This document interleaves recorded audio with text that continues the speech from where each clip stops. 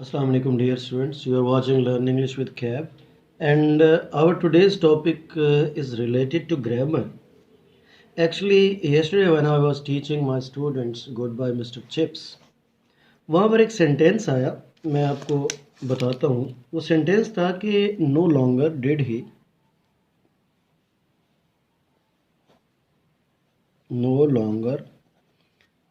did he have those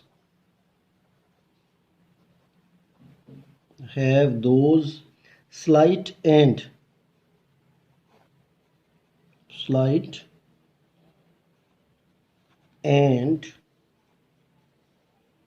occasionally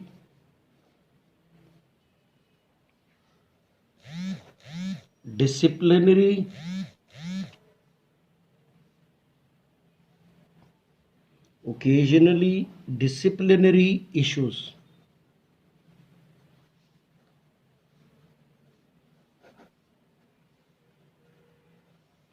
ठीक है जी. इस सेंटेंस पे मेरे एक स्टूडेंट ने मुझसे क्वेश्चन किया कि सर, जब हम थर्ड पर्सन सिंगुलर यानी कि ही, शी, इट या कोई सिंगुलर नाउन आ जाए तो इनके साथ हमारा जो जनरल बिहेवियर होता है वो ये होता है कि हम वर्ब हैज़ लगाते हैं या डज लगाते हैं या कोई भी बेसिक फॉर्म ऑफ वर्ब जो है उसमें जैसे गो है तो वो गोज़ हो जाता है. ठीक है जी. तो यहाँ पर सर ये ही के साथ हैव कैसे आया, ये क्वेश्चन था. तो let me make it clear कि ये क्या रूल है, किस रूल के तहत ये बिल्कुल यहाँ पे ही, शी, इट और सिंगुलर नाउन के साथ हम सिंगुलर वर्ब लगाते हैं और उस वर्ब जनरली सिंगुलर बनाने के लिए उसके साथ हम एस या ई एस का इजाफा करते हैं. ठीक है जी. लेकिन याद रखिएगा कि हमारे पास एक और रूल है कि जब भी कभी बिगिनिंग ऑफ द सेंटेंस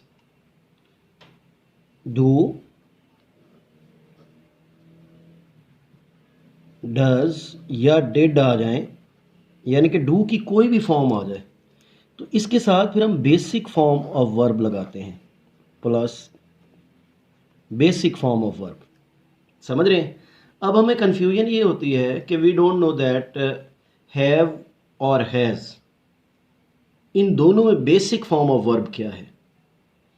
तो my dear students, keep in your mind कि इसकी जो बेसिक फॉर्म ऑफ वर्ब होती है वो हैव होती है, हैव, और इसकी प्रेजेंट फॉर्म जो होती है वो हैज़ होती है, यानी कि जिसको आप सिंगुलर फॉर्म ऑफ वर्ब कहते हैं. फिर इसमें हैड और हैड आता है, यानी कि पास्ट एंड पास्ट पार्टिसिपल दोनों हैड. प्रेजेंट पार्टिसिपल जो है इसका हैविंग आएगा और टू हैव. यानी कि I have told you a lot of time that verb जो है वो basically that can be use in these 6 ways. तो ये जो है ये बेसिक फॉर्म ऑफ वर्ब है. ये क्या है? बेसिक फॉर्म ऑफ वर्ब है. ये उसकी प्रेजेंट फॉर्म है, ये पास्ट फॉर्म है, ये पास्ट पार्टिसिपल है, ये प्रेजेंट पार्टिसिपल है और ये इन्फिनेटिव फॉर्म है. ठीक है जी. तो इस रूल के तहत do, does, did plus basic form of verb ये हमारे पास आता है. जैसे if I say that we can have more examples. Does she have a new dress? Does she have और हैज़ अ न्यू ड्रेस. तो अब यहाँ पर आपके पास जो इसका आंसर बनेगा वो ये बनेगा कि चूंकि यहाँ पे डज आ गया है तो शी के बाद have basic form of verb, not has. ठीक है जी. In the same way if I say that did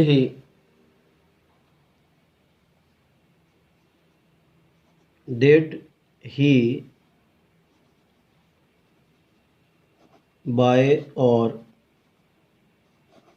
buys a new car। अच्छा, यहाँ पे बॉट जैसे डिड पास्ट था तो बॉट भी आ सकता है। याद रखिएगा कि पास्ट सिंपल में भी नेगेटिव बनाते हुए फिर बेसिक फॉर्म ऑफ वर्ब, ना तो बायज आएगा ना ही बॉट आएगा। समझ रहे हैं बात को? तो ये हमारे पास बड़ा सिंपल सा इसका फार्मूला है, नंबर 1। अच्छा, नंबर 2, हमारे पास एक ऐसी सिचुएशन भी आती है जहाँ पे हम लोग सब्जेंटिव मूड को डील करते हैं। पहला रूल तो हमने कहा कि डू, डज, डिड के बाद basic form of verb.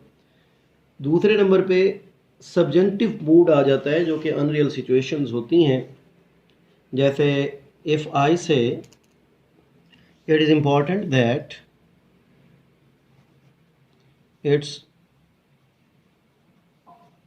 important that she must be present, she must be present when we sign the papers, when we sign the papers. तो अब यहाँ पर आपके पास, आपको याद होगा कि ये एडजेक्टिव्स इंपॉर्टेंट वगैरह के साथ हमने कहा था कि अगर क्लॉज आती है तो इसमें बेसिक फॉर्म ऑफ वर्ब आएगी। तो इट इज़ इम्पॉर्टेंट आ जाए, इट इज़ क्रिटिकल आ जाए, इट इज़ रिकमेंडेड आ जाए, इट इज़ वाइटल आ जाए, इट इज़ कंपल्सरी आ जाए। और इसके बाद ये दैट जो होता है ये ऑप्शनल होता है, आप लगा भी सकते हैं, नहीं भी लगाते समटाइम। तो लेकिन क्लॉज का होना ज़रूरी है, यानी कि सब्जेक्ट प्लस वर्ब। तो अब यहाँ पर ये जो मस्ट आया है that is wrong. It is important that she be present, it is important that she be present. ठीक है जी। In the same way if I say that he recommended, he recommended that, then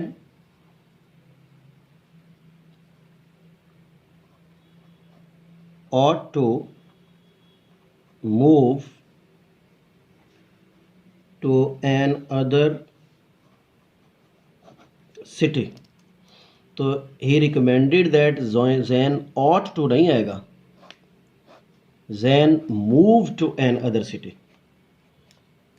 समझ रहे हैं बात को? इसी तरह से if I say that it is essential that every child, it is essential that every child has or have the same educational opportunities, educational opportunities। तो यहाँ पर भी ये चूंकि इट इज़ इसेंशियल आ गया और ये आगे दैट, एवरी चाइल्ड सब्जेक्ट, यहाँ पर जैन सब्जेक्ट था, यहाँ पर शी सब्जेक्ट था। तो इसके बाद बेसिक फॉर्म ऑफ वर्ब यानी कि हैव आना चाहिए, हैज़ नहीं आएगा। ठीक हो गया जी? बात को समझ रहे हैं? तो ये हमारे पास कुछ तरीके होते हैं जिसमें सिंगुलर, थर्ड पर्सन सिंगुलर के साथ भी आप हैव या बेसिक फॉर्म ऑफ वर्ब लगा सकते हैं। अच्छा, कुछ फिक्स फ्रेजेस भी होती हैं। जैसे हमारे पास फिक्स फ्रेजेस में हम कहते हैं God save the queen. God saves नहीं कहते, या गॉड शुड सेव नहीं कहते।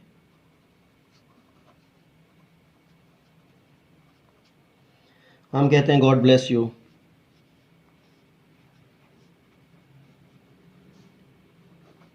हालांकि ये होना चाहिए कि गॉड शुड ब्लेस यू या गॉड मस्ट ब्लेस यू, लेकिन नहीं, हम कहते हैं कि गॉड ब्लेस यू। या हम लोग कहते हैं long live the queen.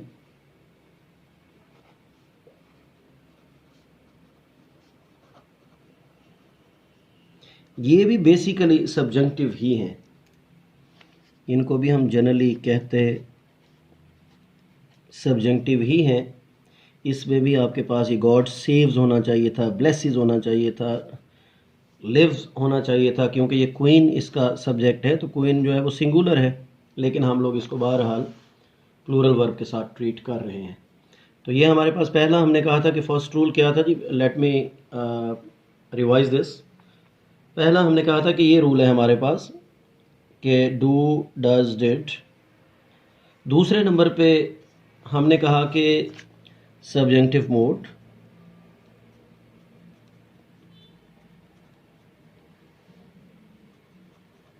Subjective mode.